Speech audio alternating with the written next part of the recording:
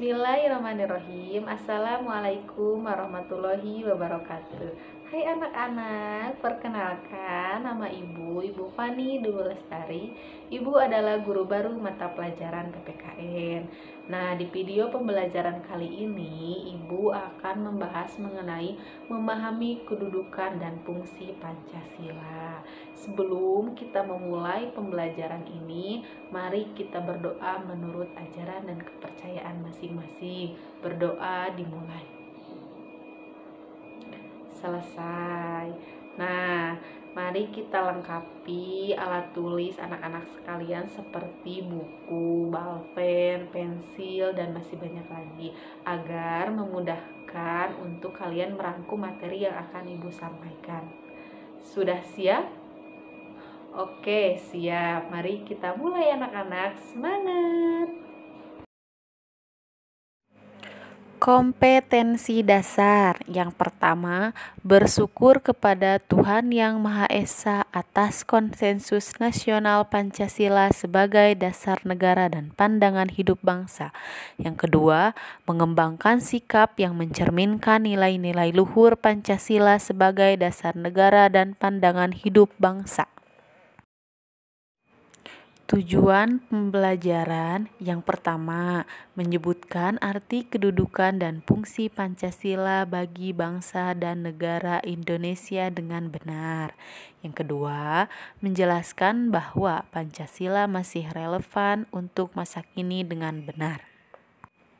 Nah, anak-anak, kita akan membahas mengenai bab 1, yaitu memahami kedudukan dan fungsi Pancasila.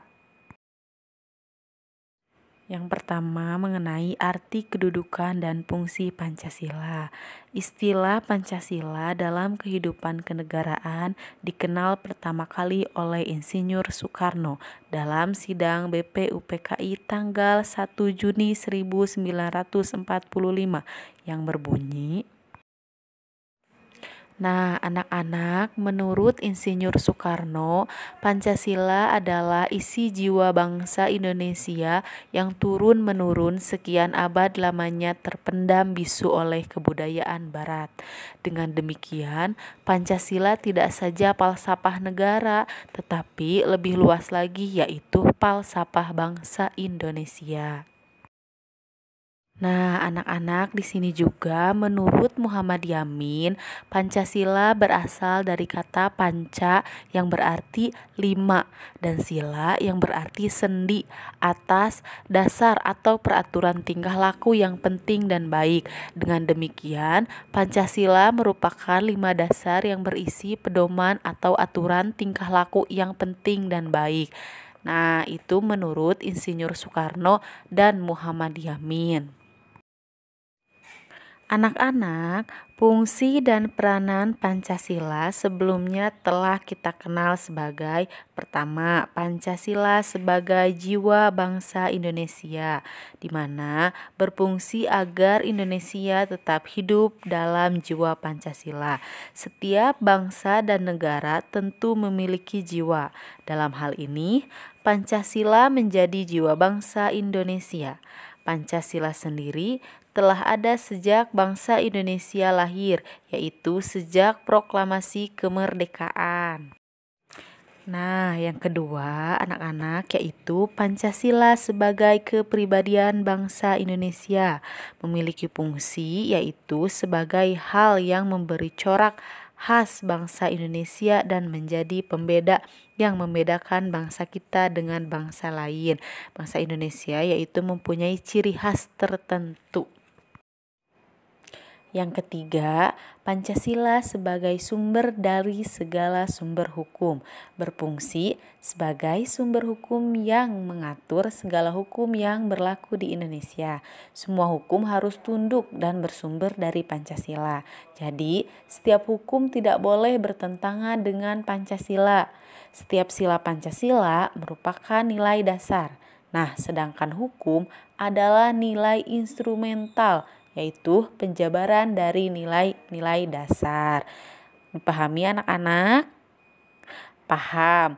Oke, kita lanjut. Selanjutnya nomor 4, yaitu Pancasila sebagai perjanjian luhur, telah berfungsi dan disepakati melalui Sidang Panitia Persiapan Kemerdekaan Indonesia (PPKI) tanggal 8 Agustus 1945.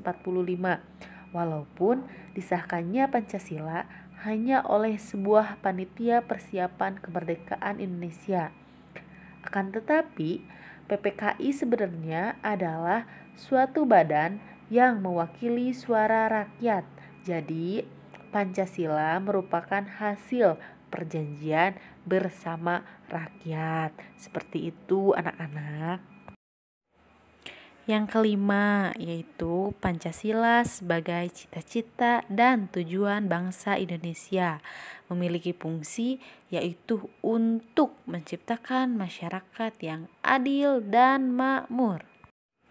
Untuk nomor keenam, yaitu Pancasila sebagai satu-satunya asas dalam kehidupan berbangsa dan bernegara, adalah sebagai konsekuensi ditetapkannya Pancasila oleh bangsa Indonesia sebagai dasar negara dan juga merupakan perwujudan melaksanakan Pancasila secara murni dan konsekuen.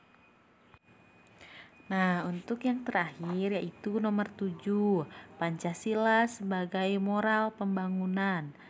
Pancasila dijadikan kerangka, acuan, tolak ukur, parameter, serta arah dan tujuan dari pembangunan.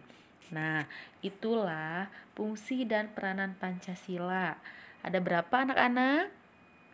7. Yang pertama, ulang bersama-sama. Pancasila sebagai jiwa bangsa Indonesia. Yang kedua, Pancasila sebagai kepribadian bangsa Indonesia. Yang ketiga, Pancasila sebagai sumber dari segala sumber hukum. Yang keempat, Pancasila sebagai perjanjian luhur. Yang kelima, Pancasila sebagai cita-cita dan tujuan bangsa Indonesia. Apa yang keenam? Ya, Pancasila sebagai satu-satunya asas dalam kehidupan berbangsa dan bernegara. Dan yang terakhir yaitu Pancasila sebagai moral pembangunan. Kalian harus memahami fungsi dan peranan Pancasila. Mengerti? Ya, bagus. Mengerti. Nah, anak-anak, sekian pembelajaran hari ini dengan Ibu. Semoga apa yang Ibu sampaikan dapat dipahami dan dimengerti. Jangan lupa untuk tetap belajar dengan baik. Sekian dari Ibu. Wassalamualaikum warahmatullahi wabarakatuh.